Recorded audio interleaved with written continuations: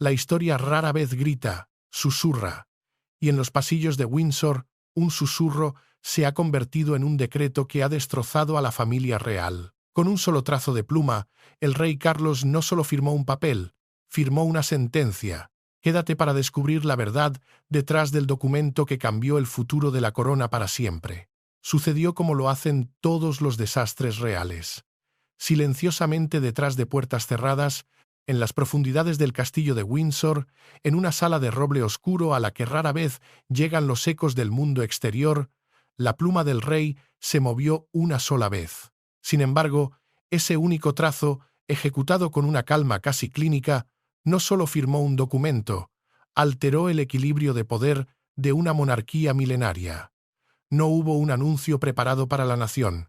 No se convocó a un consejo de familia para un voto susurrado. Cuando el documento, encuadernado en una solemne carpeta de cuero carmesí, fue finalmente colocado sobre la mesa pulida ante los miembros de más alto rango de la familia real, el silencio que cayó sobre la sala reveló una verdad aterradora. La decisión de Carlos ya era irreversible. El aire no era denso por la celebración, sino por el cálculo. Era frío, controlado. El monarca observaba cada rostro, sopesando cada reacción no expresada antes de bajar la mano. Catherine, la princesa de Gales, estaba sentada frente a él, con la espalda recta y una tensión que delataba la inmensidad del momento. A su lado, el príncipe William no miraba a su padre, sino a la carpeta, como si pudiera ver a través de ella el peso del futuro que contenía. Y junto al rey, la reina Camila permanecía inmóvil, una máscara de compostura real que apenas lograba ocultar la tormenta que se gestaba en su interior. La princesa Ana y el príncipe Eduardo habían entregado sus teléfonos móviles en la puerta. Sus ayudantes de mayor confianza esperaban más allá de los muros, ajenos al cataclismo que se desarrollaba dentro. Nadie podía detener lo que ya había comenzado. El rey abrió la carpeta con un movimiento deliberado. El decreto de continuidad real, anunció, su voz resonando en la quietud. No era una simple orden, sino un protocolo diseñado para guiar a la monarquía a través de la delicada transferencia de poder entre reinados. Al firmarlo, no estaba cambiando la línea de sucesión. William seguía siendo el heredero legal e indiscutible. Estaba haciendo algo mucho más profundo. Estaba nombrando a Catherine como guardiana del futuro de la corona, otorgándole una autoridad sin precedentes sobre los estándares reales, la representación de la familia, la preparación de la sucesión y el control de los miembros trabajadores de la realeza durante cualquier período de transición. En esencia, la corona había encontrado a su protectora, y no era la que la historia esperaba. La pluma de Carlos había trazado una nueva línea, no de sangre, sino de poder. Y para la monarquía, el simbolismo siempre lo ha significado todo. William leyó la primera página 2 veces. Un destello fugaz de orgullo cruzó su rostro al ver el nombre de su esposa investido con tal autoridad, pero la admiración se desvaneció tan rápido como había llegado, consumida por una alarma helada. Su padre, el rey, había elevado a Catherine sin previo aviso, colocándola en el centro de una tormenta que ni siquiera el heredero al trono había visto venir. La había convertido en un baluarte, pero también en un blanco. Con las manos entrelazadas con fuerza bajo la mesa, Catherine comprendía perfectamente que aquel honor conllevaba un peligro mortal. Miembros de la familia con décadas de servicio, que habían navegado las turbulentas aguas de la monarquía mucho antes de que ella naciera, ahora tendrían que responder ante ella. Cada decisión, cada palabra, cada silencio podría dividir a la casa de Windsor como un hacha. La corona se agrieta, y Carlos acababa de poner el martillo en las manos de Catherine. Fue Camila quien rompió el silencio sepulcral. Su voz, aunque controlada con la disciplina de una reina, vibraba con una furia apenas contenida. No se dirigió al rey como su marido, sino como su monarca, una distinción sutil pero brutal. Preguntó por qué la orden se había redactado en el más absoluto secreto, porque ella, la reina consorte, se enteraba de una decisión que redefinía el poder en el palacio solo después de que la tinta real se hubiera secado sobre el pergamino. Era una pregunta sobre el protocolo, pero una acusación sobre la confianza. Carlos dejó la pluma a un lado con una deliberación que pareció durar una eternidad. El monarca declaró, mirando no a su esposa, sino a un punto lejano, que la corona ya no podía sobrevivir a lealtades divididas. La expresión de Camila se endureció, la máscara de dignidad se resquebrajó por un instante. La princesa Ana, siempre pragmática, la mujer que no se dejaba llevar por el sentimentalismo, acercó el documento. Sus ojos, agudos y experimentados, no se detuvieron en la grandilocuencia del texto principal. Buscaron las grietas, las cláusulas ocultas, y las encontraron. Descubrió un apéndice privado, una sección añadida al final del decreto, escrita en una letra más pequeña, casi como un secreto dentro de un secreto. Sus poderes, se dio cuenta, eran mucho más específicos y letales que los del cuerpo principal del documento. ¿Cuándo entran en vigor estos poderes?, preguntó, su voz cortando el aire tenso. Carlos respondió de inmediato, sin un atisbo de duda. «Ya han entrado en vigor». Catherine abrió el apéndice. Sus ojos recorrieron las líneas hasta que se detuvieron en un solo nombre, el de un miembro de la realeza de alto rango, seguido de una lista de restricciones que cubrían el acceso, los deberes y la influencia. Era una purga simbólica ejecutada con la frialdad de una orden de Estado. William lo vio por encima de su hombro. Camila vio la reacción de William. Y en ese instante, en esa mirada compartida de conmoción, el nombramiento dejó de ser ceremonial. Se convirtió en algo profundamente personal. Una guerra silenciosa acababa de ser declarada en el corazón de Windsor, y 5 miembros de la realeza se enfrentaban ahora a 5 versiones distintas de lo que la lealtad a la corona significaba realmente. Catherine salió de la sala con una autoridad que nunca había solicitado, con el peso de un futuro que no había elegido. Años de un deber disciplinado, de una vida vivida bajo el microscopio implacable del escrutinio público, le habían enseñado a mantener una calma casi sobrenatural durante las crisis familiares, la presión de los medios y el duelo privado. Pero esto era diferente. Esto no era una tormenta pasajera. Era un cambio tectónico en la estructura misma de la monarquía. Carlos la había nombrado guardiana del futuro de la corona, un título poético para una tarea brutal: ser la arquitecta y la protectora del próximo reinado. Confiaba en ella, le había dicho, porque ella había puesto repetidamente a la institución por encima de su comodidad personal, por encima de sus propias ambiciones. Sin embargo, esa misma confianza amenazaba ahora con aislarla de las mismas personas a las que se esperaba que protegiera, convirtiéndola en una carcelera en su propia jaula dorada. William la siguió a un pasillo privado con paredes revestidas de retratos de antepasados que parecían juzgarlos desde sus marcos dorados. Esperó a que las pesadas puertas de roble se cerraran tras ellos, sellando el sonido y el secreto. «¿Te lo advirtió?», preguntó, su voz apenas un susurro cargado de ansiedad. Catherine negó con la cabeza, su rostro una máscara de serenidad. Luego, como si recordara un detalle olvidado, admitió algo más.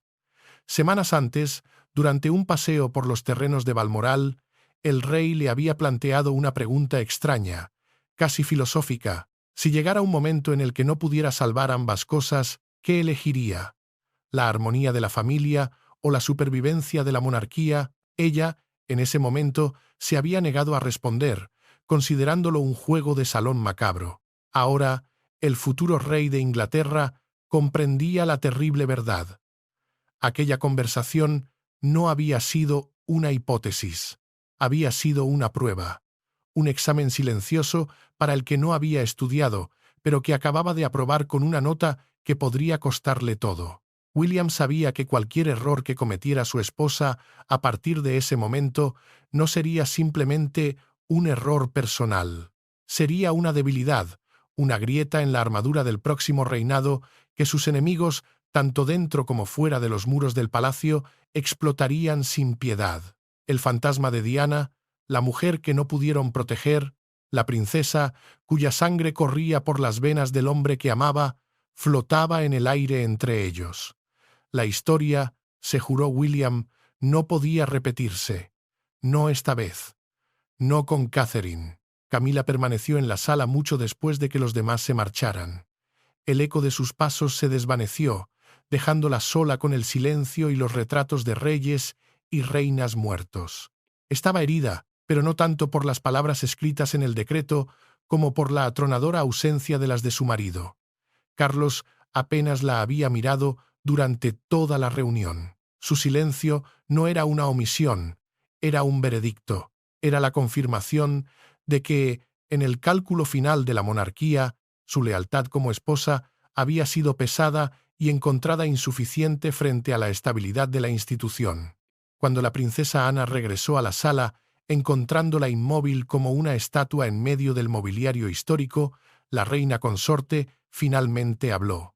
¿Todos lo sabían excepto yo?, preguntó, su voz desprovista de la furia anterior, ahora teñida de una vulnerabilidad que rara vez mostraba. Ana, con su franqueza característica, le aseguró que nadie lo sabía. Pero luego añadió una verdad más dura. Admitió que, aunque no conocía los detalles, entendía la elección del rey. Catherine, dijo, había demostrado una contención casi sobrehumana en momentos en que otros, movidos por el miedo o la ambición, habían actuado de forma imprudente. Esa honestidad brutal, en lugar de tranquilizar a Camila, la hirió aún más profundamente. No era una traidora, pero el miedo la había hecho parecer una. Fue el príncipe Eduardo, el observador silencioso de la familia, quien finalmente arrojó luz sobre la premeditación escalofriante del acto. En una nota informativa adjunta a la orden firmada, un documento que parecía casi un apéndice legal a una sentencia de muerte política, explicó que 2 asesores constitucionales, expertos en los vericuetos del protocolo real, habían sido testigos del decreto semanas antes. Habían revisado cada cláusula, asegurándose de que la decisión fuera inexpugnable. La acción de Carlos no había sido un arrebato de ira o un capricho momentáneo. Había protegido el plan con el cuidado de un general de guerra, esperando el momento preciso para el ataque final. No era una corrección de rumbo, era una amputación estratégica diseñada para extirpar cualquier influencia que pudiera amenazar el futuro reinado de William. Mientras tanto, en otra parte del castillo, Catherine volvía a leer el apéndice secreto. Su primera responsabilidad, dictaba el texto, era revisar los privilegios privados de todos los miembros trabajadores de la realeza. Esto incluía el acceso a cartas sensibles guardadas en la bóveda real, el uso de residencias reales y, lo más crítico, su participación en la futura planificación de Estado. William, observándola, vio cómo su expresión cambiaba, cómo la serenidad daba paso a una comprensión sombría. El príncipe se dio cuenta en ese instante de que este poder no se le había otorgado a su esposa solo para prepararla para el futuro. Se le había dado para contener una amenaza presente. Algo ya había salido terriblemente mal dentro de los muros del palacio, y su padre, el rey, había construido este decreto no como un puente hacia el futuro, sino como una fortaleza para asegurarse de que el pasado no volviera a suceder jamás. La verdad no residía en el documento que Carlos había firmado, sino en el incidente privado que lo había convencido, con una certeza aterradora, de que la monarquía ya no podía continuar como antes. Toda ruptura real tiene un momento catalizador, un instante que parece insignificante en el momento, una conversación casual, una puerta que se cierra demasiado rápido, hasta que la historia mira hacia atrás y reconoce la advertencia. Para Carlos, ese momento llegó 3 meses antes de que la tinta tocara el decreto durante un ensayo confidencial en el Palacio de Buckingham. El rey había ordenado un simulacro de las primeras 72 horas de la eventual ascensión de William al trono. El ejercicio, conocido internamente por el nombre en clave Protocolo de Sucesión de Londres, era el documento más sensible de la monarquía moderna. No se trataba de pompa ni de ceremonia. Era un plan de contingencia brutalmente honesto, diseñado para preparar a la familia para el momento en que el futuro rey heredara el trono. Cubría los deberes urgentes, los mensajes públicos que se debían emitir y, lo que era más crucial, la protección de los jóvenes príncipes, Jorge, Carlota y Luis, los herederos de una línea de sangre que debía ser preservada a toda costa. Solo 4 personas en todo el mundo tenían permiso para leer el plan completo: el rey, William, Catherine y la princesa Ana. La restricción era absoluta, no por tradición, sino por necesidad. Una sola página filtrada podría exponer no solo planes, sino miedos privados, roles asignados en secreto y las divisiones que el palacio había luchado por ocultar durante décadas. La línea de tiempo de la familia real no solo tenía agujeros, tenía heridas abiertas. Este protocolo estaba diseñado para suturarlas antes de que una crisis las volviera a abrir. Catherine, como siempre, abordó la tarea con una disciplina silenciosa. Evaluó cómo se protegería a sus hijos de la tormenta mediática, cómo respondería el personal del palacio y, sobre todo, cómo la familia podría permanecer unida durante la conmoción de una transferencia repentina de poder. Carlos leyó sus recomendaciones 2 veces, admirando no solo su inteligencia estratégica, sino su contención. Luego, con la gravedad de un hombre que entierra un secreto de Estado, ordenó que cada página fuera sellada en la bóveda real. Porque el plan no solo tocaba la logística de la sucesión, tocaba la pregunta más sensible y peligrosa de la monarquía: ¿quién ostentaría la verdadera influencia cuando su reinado terminara? Y la corona siempre ha sabido cómo enterrar historias, pero esta vez la historia se negaba a permanecer enterrada. La advertencia llegó la noche siguiente, no con el estruendo de un cañón, sino con el susurro de un papel en el lugar equivocado. Durante una recepción formal en el Palacio de Buckingham, entre el tintineo de las copas de cristal y las conversaciones cuidadosamente orquestadas, los ojos de Catherine, entrenados para detectar la más mínima desviación del protocolo, se fijaron en un detalle discordante. El secretario privado de la reina Camila, un hombre conocido por su discreción, llevaba una carpeta de cuero que parecía fuera de lugar.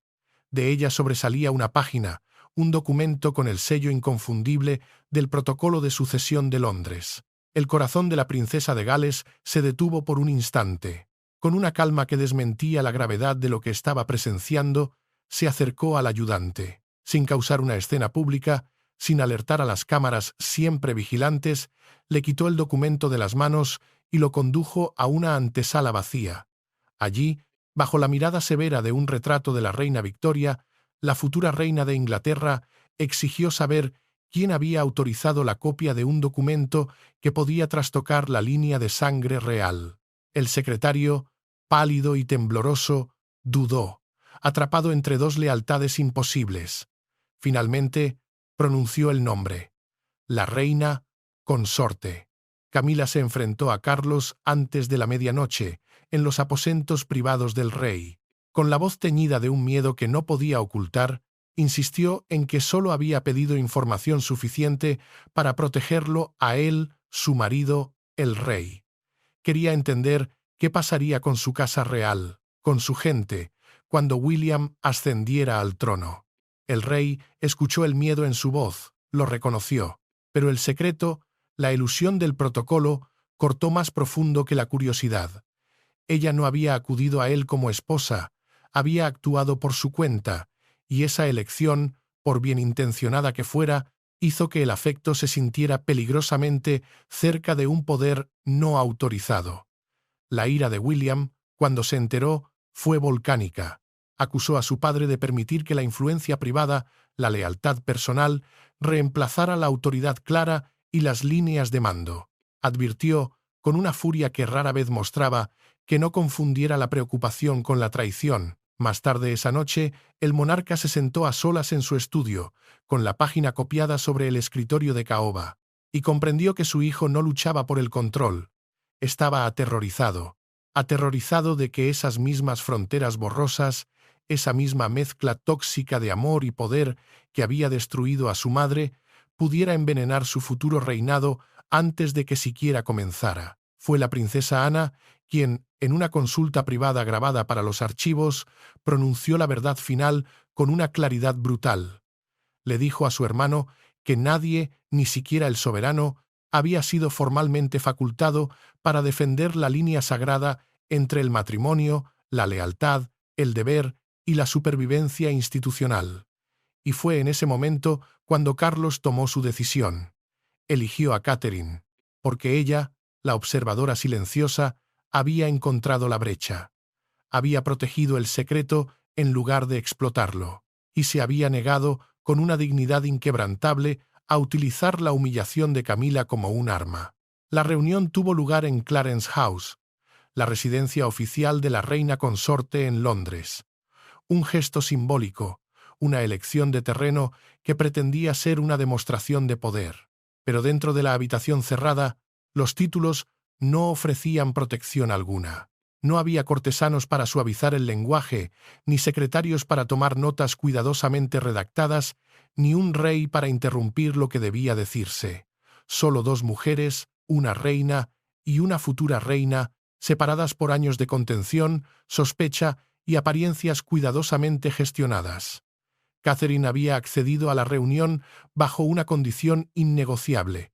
Sin ayudantes, sin notas escritas, sin grabaciones, la historia de esta conversación no se escribiría en los archivos reales, sino en la memoria de las dos únicas participantes.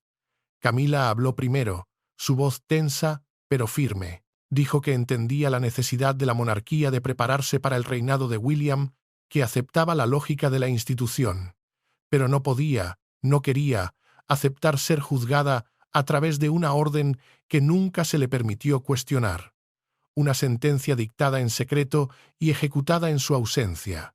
Catherine, con una calma que parecía casi antinatural, respondió que el decreto pertenecía a Carlos. Ella no había solicitado la autoridad, no había redactado las cláusulas, ni había elegido el momento. Era una ejecutora, no la autora, pero la ira de Camila no se desvaneció, porque en el mundo de la realeza, la responsabilidad y las consecuencias rara vez son la misma cosa. La reina consorte se inclinó hacia adelante, sus ojos fijos en los de Catherine, y formuló la pregunta que había estado suspendida en el aire desde que se firmó el decreto, la pregunta que nadie más se había atrevido a verbalizar. ¿Me consideras indigna de confianza? La princesa de Gales mantuvo el silencio. Lo sostuvo más allá de lo que la comodidad permitía, dejando que el peso de la pregunta llenara la habitación. Luego, con una precisión casi quirúrgica, respondió. Dijo que la brecha, la copia del documento, había surgido del miedo, no de la malicia, pero el miedo, concluyó, con una voz que no admitía réplica, todavía podía causar un daño inmenso cuando cruzaba una frontera sagrada. La expresión de Camila se endureció. El abismo entre ellas se hizo insalvable en ese instante. Ella, la reina, había buscado protección ante un futuro incierto y aterrador. Catherine, la guardiana, había visto ese mismo acto como una amenaza existencial para el futuro mismo. En ese momento, ambas mujeres comprendieron que no luchaban por el poder ni por el favor del rey. Luchaban por dos visiones completamente irreconciliables de lo que significaba la supervivencia, y solo una podía prevalecer. La advertencia de Camila de que alguien había animado a Carlos mientras la familia permanecía en la ignorancia resonó en la mente de Catherine mucho después de abandonar Clarence House. La obligó a mirar más allá de la confrontación personal y hacia el pequeño y hermético círculo de personas que habían ayudado a Carlos a transformar un miedo privado en una autoridad permanente. Catherine comenzó a rastrear los orígenes del documento, esperando encontrar las huellas de cortesanos ambiciosos o de asesores legales hambrientos de poder, los sospechosos habituales en las intrigas del palacio. En cambio, encontró algo mucho más complejo y perturbador. Encontró a la princesa Ana, a un rey agotado por el peso de sus propias decisiones y, finalmente, un memorando privado de William, una revelación que cambió por completo su comprensión de por qué Carlos había actuado con tanta celeridad y secreto. Se reunió con la princesa Ana en el antiguo salón de la difunta reina Isabel, un espacio cargado de historia y de fantasmas. Ana había elegido la habitación deliberadamente. Fue allí, lejos de los oídos de los asesores y de la presión de la familia, donde Carlos había discutido por primera vez el plan. Con su característica falta de sentimentalismo, Ana explicó que el rey había solicitado un marco, un protocolo de contención capaz de proteger la estabilidad de la corona sin alterar la sucesión legal. William seguiría siendo el monarca. El nuevo puesto de guardián, explicó, existía para asegurar que la institución llegara a ese momento sin ser debilitada o fracturada por la influencia privada. Ana hablaba con la certeza de alguien que había desafiado cada cláusula, cada palabra ambigua.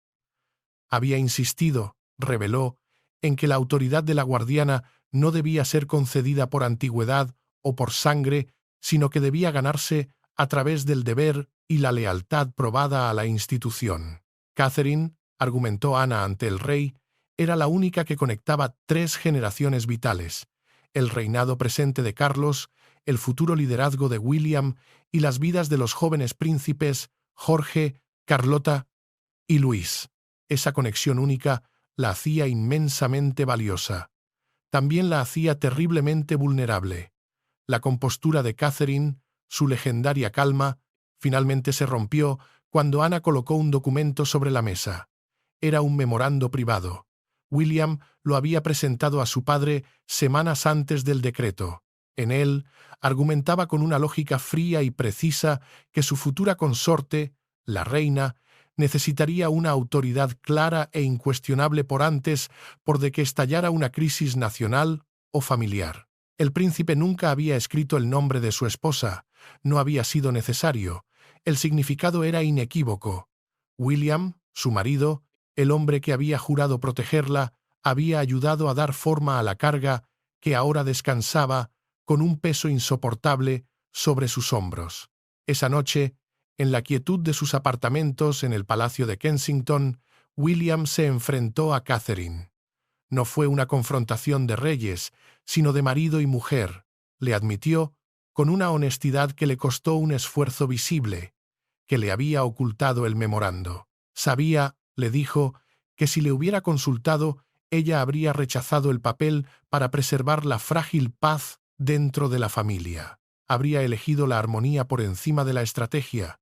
El futuro rey insistió en que había intentado protegerla de tener que tomar una decisión imposible entre su deber para con la corona y su lealtad para con la familia. Pero Catherine, con una voz tranquila pero cortante como el acero, le respondió con una verdad que resonaría en los pasillos de su matrimonio durante años. La protección sin consentimiento, dijo, puede convertirse en otra forma de traición.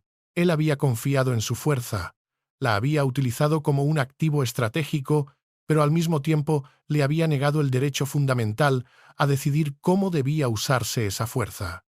La herida no provenía de la intención, que era protegerla, sino del método, el secreto.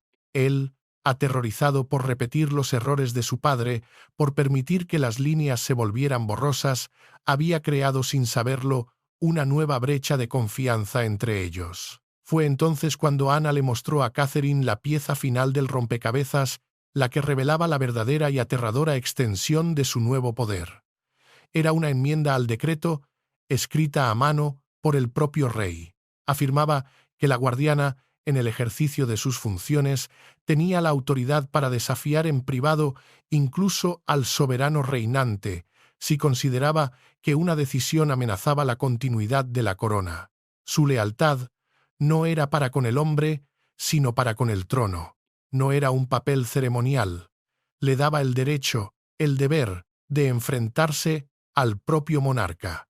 Una segunda cláusula, aún más devastadora, le permitía suspender el acceso de cualquier miembro de la familia, de cualquier casa real, a la planificación confidencial cada vez que la confianza se viera comprometida. Con una tinta azul oscura, casi negra, Carlos había subrayado 2 palabras: sin excepción. Catherine comprendió el coste de ese poder casi de inmediato. Su primera revisión de seguridad, llevada a cabo con una eficiencia implacable, la obligó a tomar una decisión. Una casa real fue eliminada de la lista de asistentes al próximo Consejo Estratégico. La decisión, un asunto de protocolo interno, llegó a oídos de Camila antes de que Carlos tuviera la oportunidad de explicar el contexto. En cuestión de minutos, la política se transformó en una humillación pública y personal. El decreto había comenzado como una salvaguarda abstracta en un papel. Pero ahora, con el primer nombre tachado de una lista, la autoridad de Catherine se había convertido en una fuerza capaz de alterar vidas y lealtades en tiempo real. La monarquía no se sintió diferente en el momento en que se firmó el decreto. Las paredes del castillo no temblaron, ni el cielo sobre Windsor se oscureció. Se sintió diferente cuando la primera puerta permaneció cerrada. Camila llegó al Consejo de Estrategia de la Corona, una reunión privada utilizada para preparar a la monarquía para futuras crisis y cambios de reinado, esperando ocupar su lugar habitual junto a Carlos. En cambio, encontró su nombre ausente de la tarjeta de asistencia colocada en un atril de caoba pulida frente a la puerta cerrada del salón.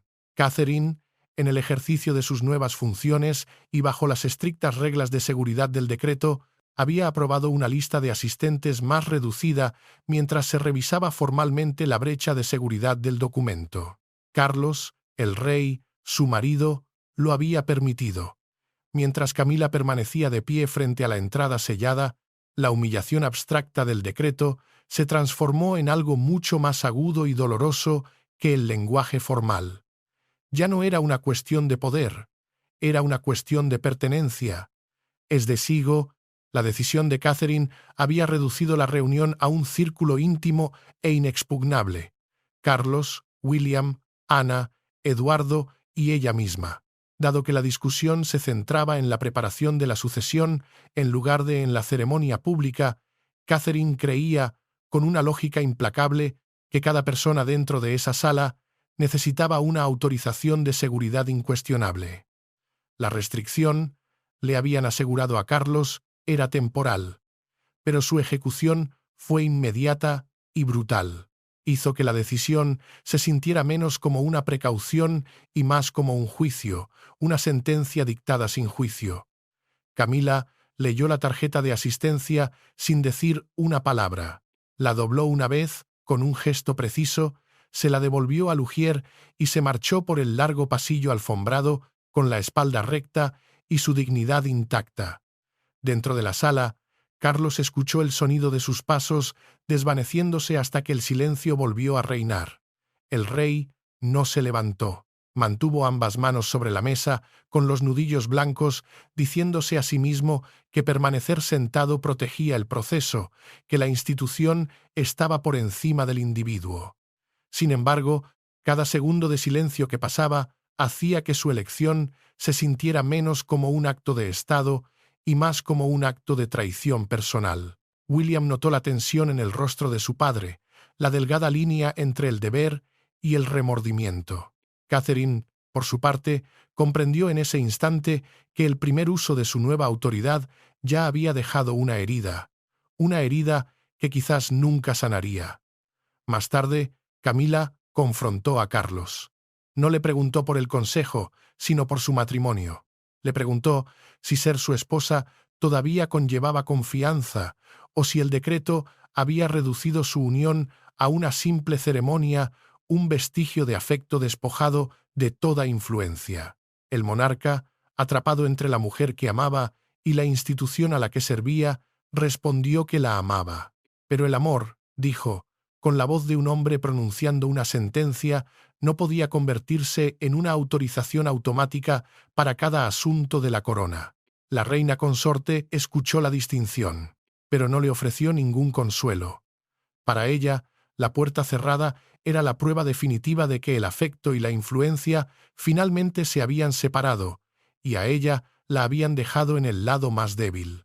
Días después, mientras la herida de la puerta cerrada aún estaba fresca, Catherine recibió un informe de seguridad documentado que lo cambió todo. La investigación interna, llevada a cabo por un equipo de exoficiales del MI5 que ahora servían a la corona, había desenterrado una brecha de seguridad más antigua.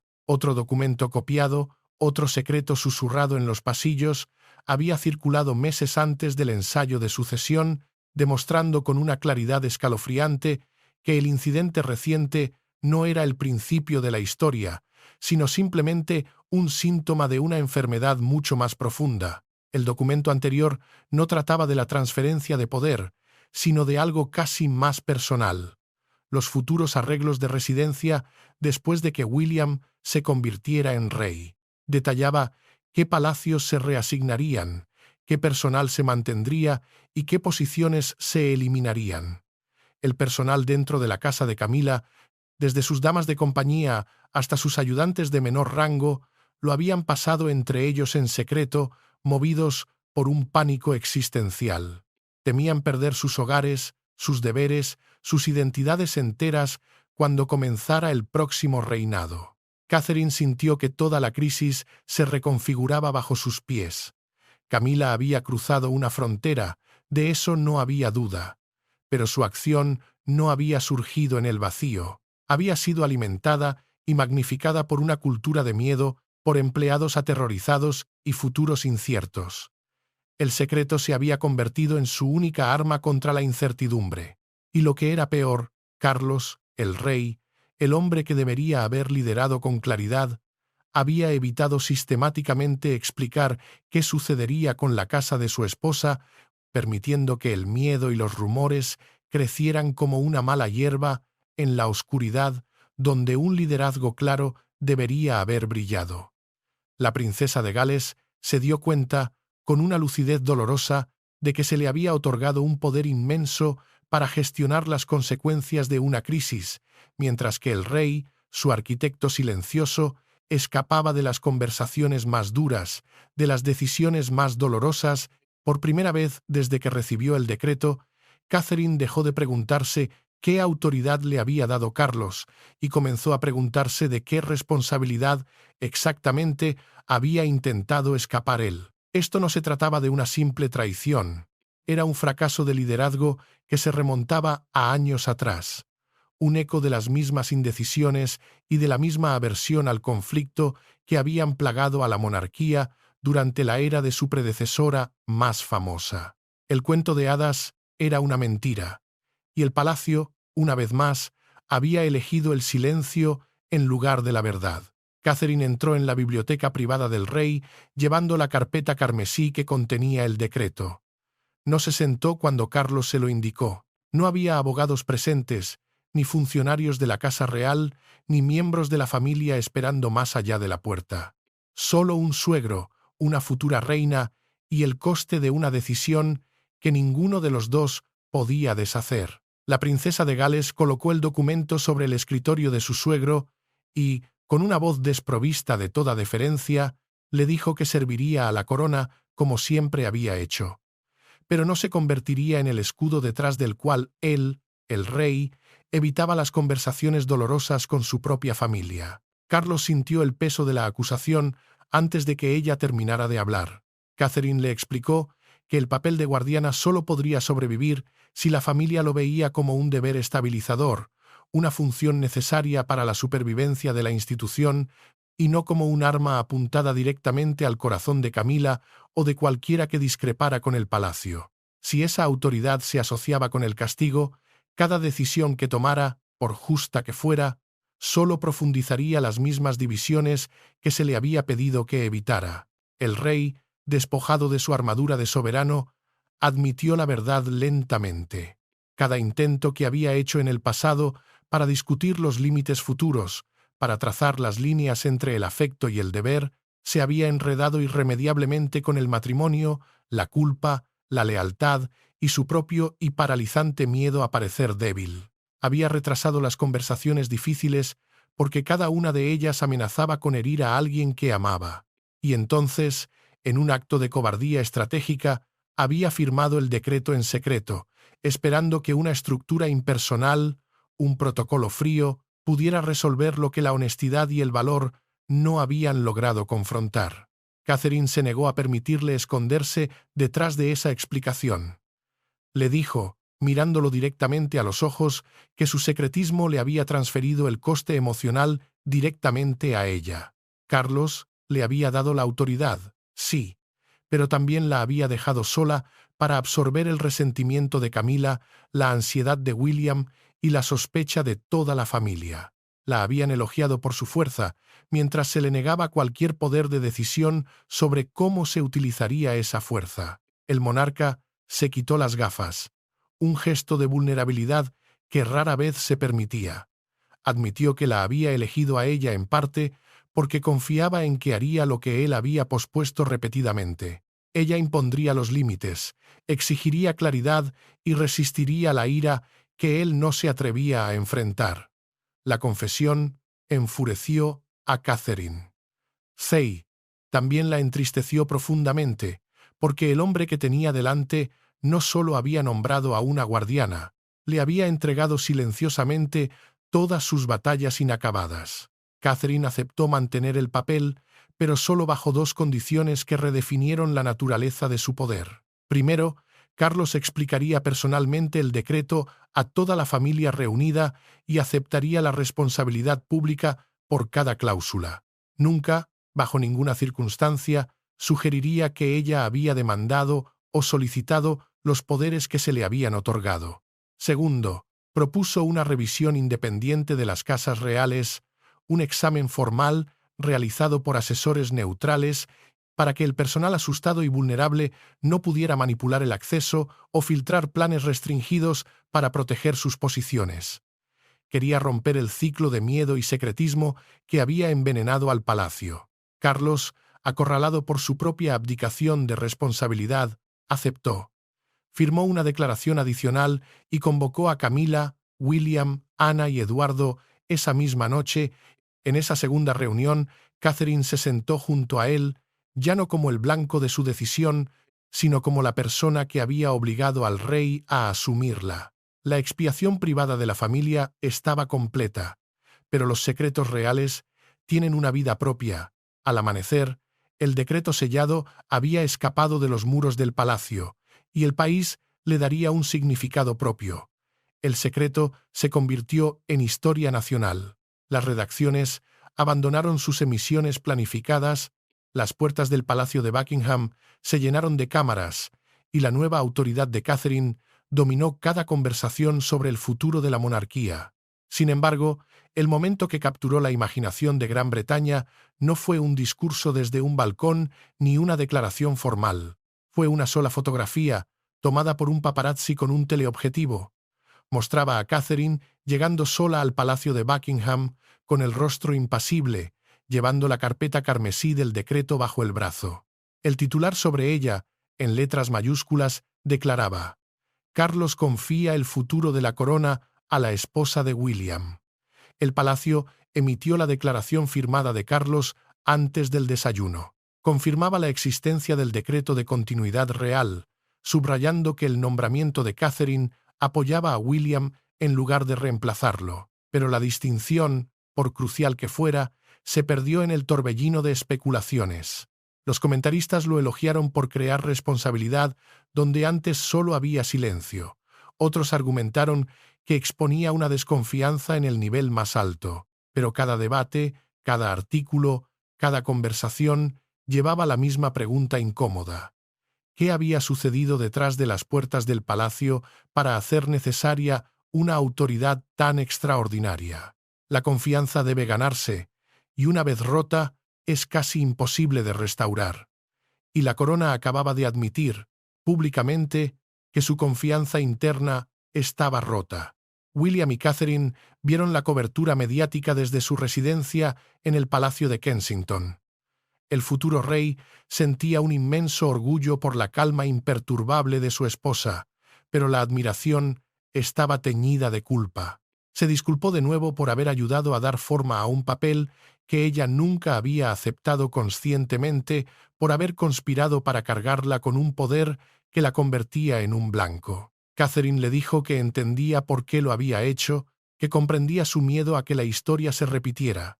Sin embargo, se negó a fingir que la herida había desaparecido. La confianza podía sobrevivir a una herida, le dijo, pero solo cuando la herida se nombraba y se reconocía. En Clarence House, Camila encontró el periódico de la mañana esperando junto a la taza de té de Carlos.